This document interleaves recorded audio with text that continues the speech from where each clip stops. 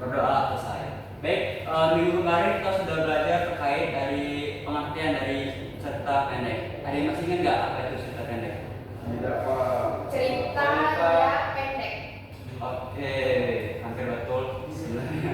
Oke, jadi kemarin Bapak sudah memberikan kalian cerita pendek dari si Pahenida.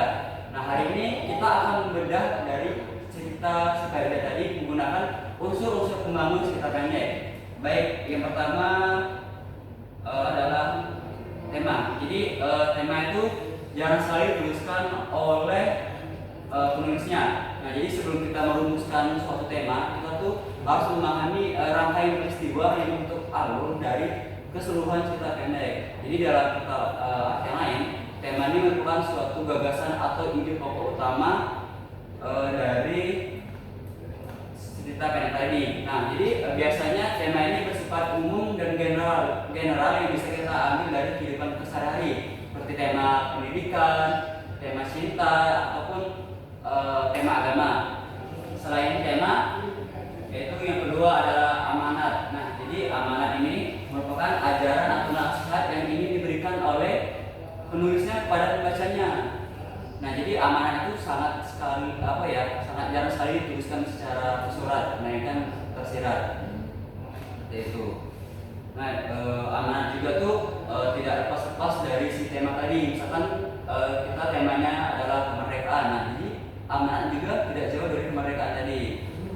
Baik, yang selanjutnya adalah penokohan. Nah, jadi penokohan ini menggambarkan sifat tokohnya tadi, yaitu ada 3. Pertama ada protagonis, antagonis, dan tritagonis. Nah, jadi protagonis itu adalah tokoh utama yang memiliki sifat baik atau positif, sedangkan antagonis itu kebalikan dari protagonis. Nah, sedangkan untuk tritagonis ini yang memiliki yang tidak memihak pada konflik-konflik antar kedua tokoh tadi. Nah, gimana bisa kita mengetahui ketiga penokoh ini? Yaitu melalui dari cerita tadi, melalui dari dialog antar tokoh, atau melalui dari penggambaran opening dari si penulis tadi.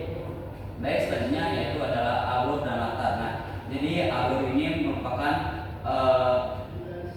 jadi alur ini adalah rangkaian peristiwa yang berhubungan secara sebab akibat, yaitu hingga membentuk struktur cerita hingga akhir tadi.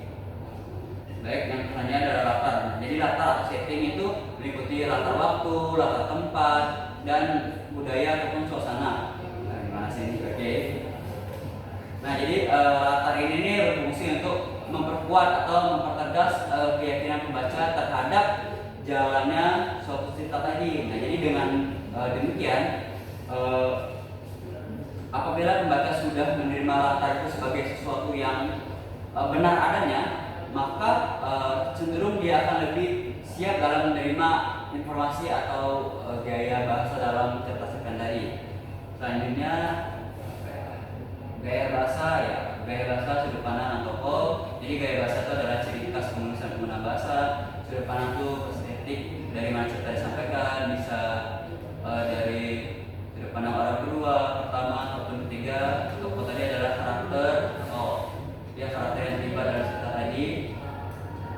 Selanjutnya adalah itu menelaah teks cerita pendek berdasarkan struktur dan kaidahnya. Jadi dalam suatu cerita pendek itu ada beberapa tahapan emosi yang harus diketahui. Yang pertama adalah pengenalan atau opening. Jadi pada bagian ini pengarang itu memperkenalkan para tokoh, menata adegan, atau memperkenalkan setting tadi, setting waktu, tempat, dan budaya, atau hubungan antar tokoh A dan B. Maksudnya adalah pengungkapan peristiwa. Jadi dalam bagian ini penulis ini menyajikan peristiwa yang awal mulanya itu ditimbulkan berbagai masalah seperti pertentangan ataupun kesukaran antar tokoh tadi.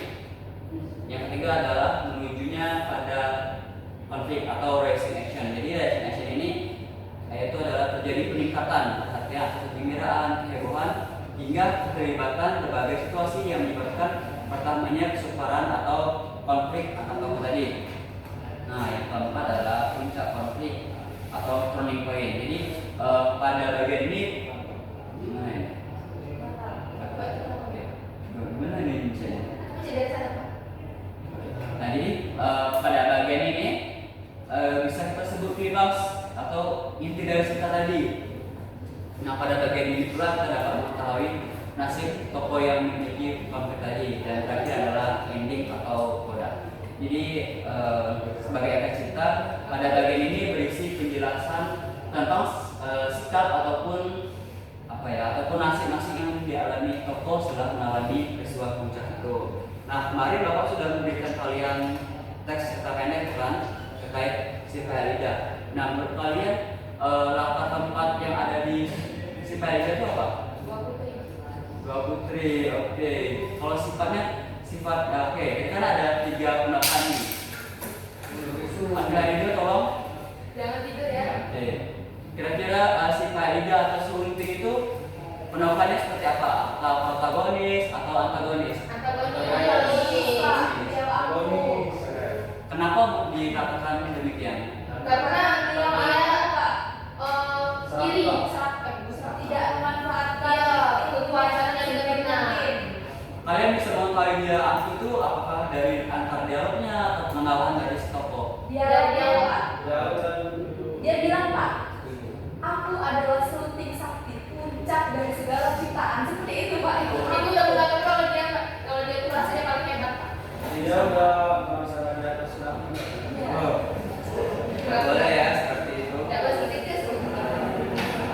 Oke, jadi itulah tadi materi yang Bapak sampaikan pada hari ini. Jadi Bapak ingin bertanya bagaimana perasaan kalian setelah belajar dari teks cerpen tadi. Ada yang ingin menyampaikan? Bahagia kok. Bahagia. Selain bahagia, Saya tertarik. oke, karena kalian tertarik kita baca cerpen, ini berkaitan dengan tugas kita di ke depan ya.